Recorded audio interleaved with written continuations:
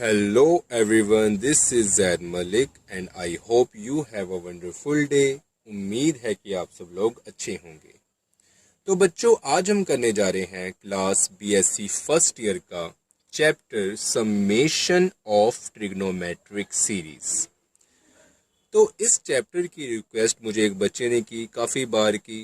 उनका नाम है आंचल बल। तो थोड़ा सा मैं बिज़ी था, इसलिए मैं इस चैप्टर को अपलोड नहीं कर पाया, लेकिन अब मैं इस चैप्टर को अपलोड कर रहा हूँ। तो इसका नाम है चैप्टर का समेशन ऑफ ट्रिग्नोमेट्रिक सीरीज। सबसे पहले जो मैंने लिखा है टाइटल सा, इसका हम मतलब समझते हैं। समेशन का मतलब क्या होता है? सिंपली ऐड करना। किसको ऐड करना है? हमने ट्रिग्नोमेट्रिक सीरीज को ऐड करना है। अब सीरीज क्या होती है? किसी चीज़ की लड़ी होती है, उसको हम क्या बोलते हैं? सीरीज। अगर हम काफ़ी सारी चीज़ें एक जगह पिरो दें, एक धागे में पिरो दें, तो वो हमारी क्या बन जाती है? सीरीज, मतलब कि लड़ी बन जाती है। लेकिन लड़ी हमने किसकी बनानी है? ट्रिग्नोमेट्रिक, मतलब कि ट्रिग्नोमेट्रिक फंक्शंस की बनानी है। हमारे पास ट्रिग्नोमेट्रिक फंक्शंस कौन से होते हैं? जैसे sine, cos, tan, cot and vice versa. तो अगर हम साइन, कोस, टैन, कॉट, जितने भी हमारे ट्रिग्नोमेट्रिक फंक्शंस हैं, उनकी डिफरेंट अगर मैं बात कर रहा हूँ साइन की, तो हमने साइन वाले ओनली ट्रिग्नोमेट्रिक फंक्शन लेने हैं, उनका एंगल चेंज करना है, उनकी एक लड़ी बनानी है।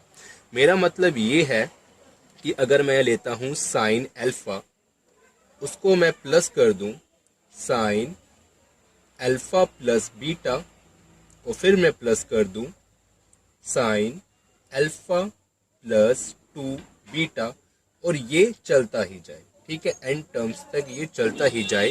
तो ये हमारा क्या हो जाएगा students? Summations of trigonometric series. क्योंकि ये एक सीरीज बन गई, तो इसको हमने ऐड कर दिया, समेशन कर दिया, तो ये हमारी क्या बन गई? Trigonometric series.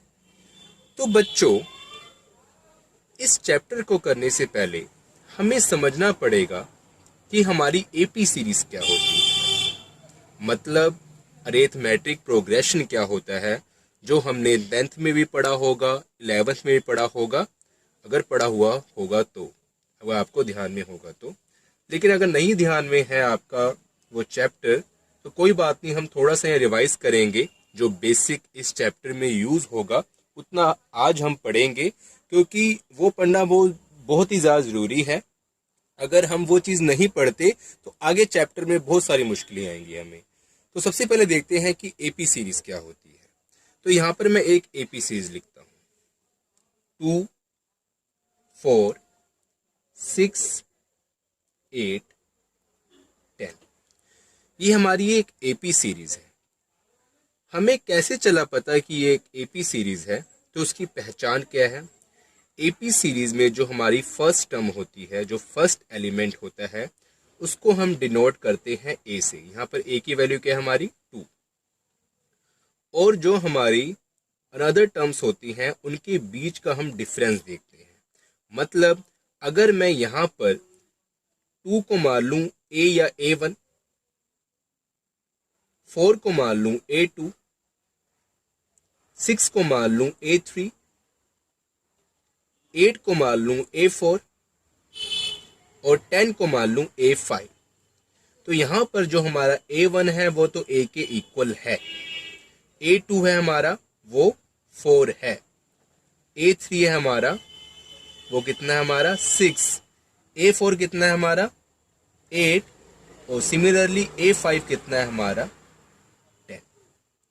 और अगर मैं इनके जो बिटवीन डिफरेंस है वो अगर मैं चेक करूं, मतलब मैंने आगे वाली टर्म से पीछे वाली टर्म को सब्ट्रैक्ट करना है, A2 माइनस A1 करना है मैंने, और A3 माइनस A2 करना है मैंने, और A4 माइनस A3 करना है मैंने, और A5 माइनस A4 करना है मैंने। और टर्म्स नहीं आई, क्योंकि हमारे पास यहाँ पर ओनली 5 टर्म्स है, तो हमने A5 माइनस A4 लिया, आगे नहीं हम जाएंगे, ठीक है।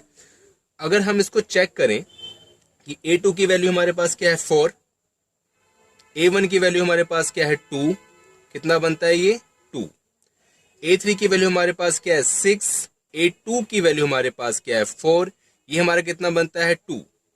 और यहाँ पर भी A4 की वैल्यू हमारे पास क्या है 8 और A3 की वैल्यू हमारे पास क्या है 6 और ये हमारा कितना बनता है स्टूडेंट्स 2। और अगर A5 की वैल्यू हम चेक करें तो बनता है 10 माइनस 8 इज इक्वल टू 2। यहाँ पर देखें जो डिफरेंस आ रहा है वो सेम आ रहा है 2 2 2 2। अगर ये डिफरेंस सेम आता है तो ये हमारी AP सीरीज है। अगर यहाँ पर एक भी एलिमेंट का जो डिफरेंस डिफरेंट होता, मान लो यहाँ 1 आ जाता या कुछ और आ जाता, तो ये AP सीरीज ना होती।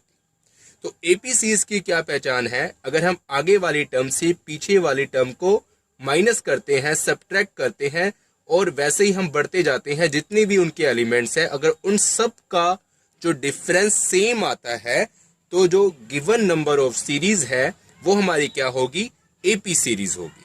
ओके, तो इस बात का आपने ध्यान रखना है कि AP सीरीज क्या होती है। मैं ज्यादा डिटेल में नहीं जाऊंगा, इस लेक्चर को ज्यादा बड़ा नहीं करूंगा। अब मैंने क्या ध्यान रखना है कि इसकी जर्नल फॉर्म क्या होती है।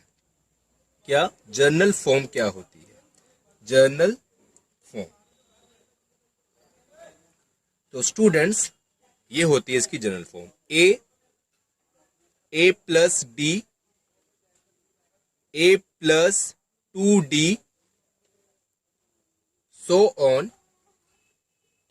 A plus N minus 1D। Now student हमने देखना है कि इसको हमने जर्नल फॉर्म क्यों लिखा। अगर हम यहाँ पर A देखें, ये AP सीरीज की जर्नल फॉर्म है, मतलब दुनिया में जितनी भी हमारी AP सीरीज है उसको हम इससे डिफाइन कर सकते हैं। तो अगर हम बात करें A की और इसको हम कंपेयर करें इसके साथ जो हमारी ये हमने 5 नंबर्स की जो लिखी थी सीरीज, इसमें 5 एलिमेंट्स थे, तो यहाँ पर हमारा A क्या है 2, ये हमारा क्या A प्लस D, मतलब इसको हम कह लेते हैं A1 और A2 हमारा कितना है A प्लस D। तो A प्लस D, A हमारा क्या है फर्स्ट टर्म, D हमारा क्या है डिफरेंस। हमने इनका डिफरेंस चेक किया था, कितना आया था 2, सबका 2 आया था, तो डिफरेंस हमारा कॉमन है, हम D को ले लेते हैं यहाँ पर कॉमन 2। तो अगर मैं यहाँ पर A की जगह पुट करूं यहाँ पर 2 और अगर D की जगह पुट करूं 2, तो ये हमारा क्या बनता है 4। सिमिलरली अगर हम A3 चेक करना है तो A3 की वैल्यू यहाँ पर क्या है A प्लस 2D और ये हमारा कितना बन जाएगा स्टूडेंट्स, A कितना हमारा 2 और 2 इंटू D, मतलब D की वैल्यू कितनी हमारी 2 और ये हमारा कितना बन जाएगा 2 plus 2 to the 4, 2 plus 4 is equal to 6 और ये हमारी होती है nth टर्म, मतलब लास्ट वाली टर्म। ये हमने nth टर्म हमने n-1 क्यों लिखा, देखें फर्स्ट टर्म A है, सेकंड टर्म क्या है हमारी A plus D, third term क्या है हमारी A प्लस 2D, अगर आगे भी टर्म लिखते तो वो होती A प्लस 3D।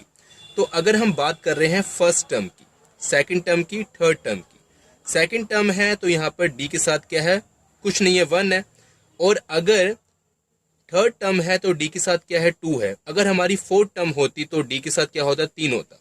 तो अगर जैसे जैसे हम टर्म की बात कर रहे हैं तो यहाँ पर जो नंबर है हमारा जो D के साथ मल्टीप्लाई हो रहा है वो एक कम है। अगर हम थर्ड टर्म की बात कर रहे हैं तो वो कितना है 2 है। तो वैसे ही अगर हम nth टर्म की बात कर रहे हैं तो यहाँ पर कितना होगा, जो टर्म है अगर जिसकी हम बात कर रहे हैं n की बात कर रहे हैं उसमें से एक लेस होगा, तो हमने यहाँ लिखा n-1D। So students I hope कि आपको समझ आ गया होगा। और एक बात मैं और आपको बता चलूं, हम लास्ट टर्म को an से भी डिनोट करते हैं, मतलब कि ये तो हमारी जनरल फॉर्म है। और एक जनरल फॉर्म हम बेसिकली ऐसे भी लिख लेते हैं कि अगर मैंने लिखा A1 A2 A3 A4 A5, अगर ये तो थी हमारी फाइनाइट AP सीरीज, ठीक है, इसमें हमारे जो नंबर्स ऑफ एलिमेंट्स थे वो फाइनाइट थे, मतलब ओनली 5 एलिमेंट्स थे। अगर मैं एक ऐसी AP सीरीज लूं जो इनफाइनाइट, मेरे कहने का मतलब क्या है कि जिसको हम कैलकुलेट नहीं कर सकते, ऐसी AP सीरीज जिसको हम ये पता चला सकते कि इसमें एलिमेंट्स कितने हैं। मैं ये कह दूं कि हमने एक AP सीरीज बनानी है जो कि हमारी नेचुरल नंबर हो, जो हमारे नेचुरल नंबर होते हैं जो 1 से स्टार्ट होते हैं, और उसमें भी जो हमारे इवन नंबर्स होते हैं ओनली वो वाले नंबर होने चाहिए। एक तो नेचुरल नंबर्स होने चाहिए और ओनली इवन नंबर्स होने चाहिए। तो जो नेचुरल नंबर स्टार्ट होते हैं वो 1 से स्टार्ट होते हैं, उसमें से 0 इंक्लूड नहीं होता। 0 को छोड़ के जितने भी नंबर है वो हमारे क्या होते हैं, नेचुरल नंबर्स। ठीक है, उसमें इसमें हमारे 1 से स्टार्ट होते हैं नंबर और इनफाइनाइट तक जाते हैं। उसमें भी हमने करने हैं इवन नंबर्स। ठीक है, तो नेचुरल नंबर्स में हमारे जो इवन नंबर्स होंगे कौन कौन से होंगे, 2, 4, 6, 8 और ये चलते जाएंगे। ठीक है, इनफाइनाइट तक। तो यहाँ पर एक एबीसी बन जाएगी 2, 4, 6, 8, 10 एंड सो ऑन। तो इसका हमें लास्ट वाला नंबर नहीं पता है कि वो कहां तक जाएगा, तो इसको हम कह सकते हैं A1, A2, A3 so on AN। तो जो हमारा लास्ट वाला टर्म होता है स्टूडेंट्स, उसको हम AN से डिनोट करते हैं। तो यहाँ पर हमारा जो लास्ट वाला टर्म वो क्या है, A प्लस N-1D। और यहाँ पर मैंने बताया कि लास्ट वाले टर्म को हम AN से डिनोट करते हैं। तो AN की वैल्यू हमारे पास क्या हो जाएगी स्टूडेंट, A प्लस N-1D। ठीक है, इतनी सी बात थी और मुझे उम्मीद है कि आपको समझ आ गई होगी। अगर फिर भी नहीं समझ आई तो बस इतना ध्यान रख लो कि ये हमारी AP सीरीज होती है। फर्स्ट टर्म को हम A से डिनोट करते हैं। AP सीरीज की क्या पहचान है कि उनका जो डिफरेंस है वो सेम होता है। डिफरेंस क्या चेक करना है, आगे वाली टर्म से पीछे वाली टर्म को सब्ट्रैक्ट करना है।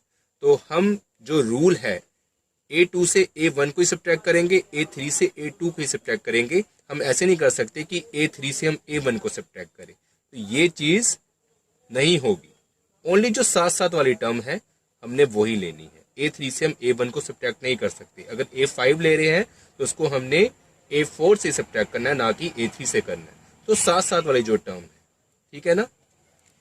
सो स्टूडेंट, आई होप कि आपको ये जो लेक्चर था छोटा सा AP सीरीज के ऊपर, जो मेन था हमारा समेशन ऑफ ट्रिग्नोमेट्रिक सीरीज, उसमें जो हमने पढ़ी AP सीरीज, ये आपको समझ आया होगा। और आगे वाले चैप्टर में जो इसका मेन टॉपिक है कि जो हमारी ट्रिग्नोमेट्रिक सीरीज है उनका जो समेशन पढ़ेंगे साइन का और कोस का, तो उसके बारे में बात करेंगे। तो अगर आपको वीडियो अच्छा लगा हो तो वीडियो को लाइक कर देना, शेयर कर देना और हमारे चैनल को सब्सक्राइब करना मत भूलना। Thank you so much, good bye.